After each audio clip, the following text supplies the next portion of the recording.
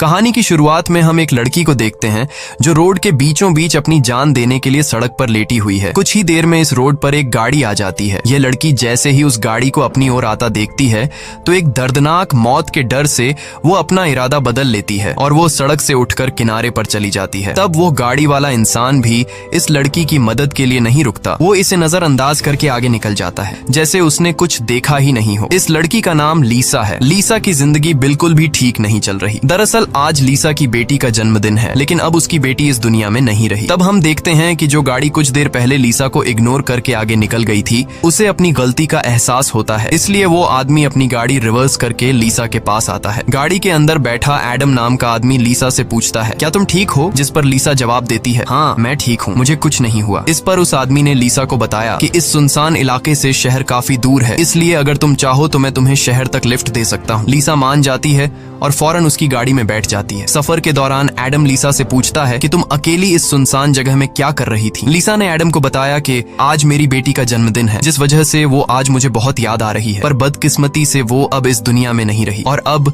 मैं बिल्कुल अकेली हूँ। कोई भी ऐसा नहीं है इस दुनिया में जिससे मैं अपना कह सकूं। लीसा की ये बात सुनकर एडम कहता है, अच्छा इस वजह से तुम रास्ते के बीचों बीच मरने के लिए लेटी हुई थी। जवाब में लीसा ने कहा, मैं मरना नहीं चाहती, बस एक बार किसी तरह से अपनी बेटी से मिलना चाहती हूँ। तभी लीसा कार का रेडियो ऑन कर लेती है। रेडियो पर एक न्यूज चल रही होती है। रिपोर्टर बताता है कि जंगल में एक सीरियल किलर घूम रहा है और आज सुबह इस किलर ने 2 और लड़कियों को मार दिया है। पुलिस के पास उस किलर की तस्वीर तो नहीं है, लेकिन उन्हें इसके बारे में ये जानकारी मिली है कि कातिल एक गोरे रंग का आदमी है जिसके पास ब्राउन कलर की गाड़ी है और उसके दाहिने हाथ पर एक क्रॉस का निशान है। ये खबर सुनकर लीसा के पैरों तले जमीन खिसक जाती है, क्योंकि रिपोर्टर रेडियो पर जिस कातिल का हुलिया बता रहा था वो कोई और नहीं बल्कि एडम ही था। उसके हाथ में क्रॉस का निशान देखकर लीसा बहुत ज्यादा डर जाती है। इससे पहले कि लीसा खुद को बचाने के लिए कुछ कर पाती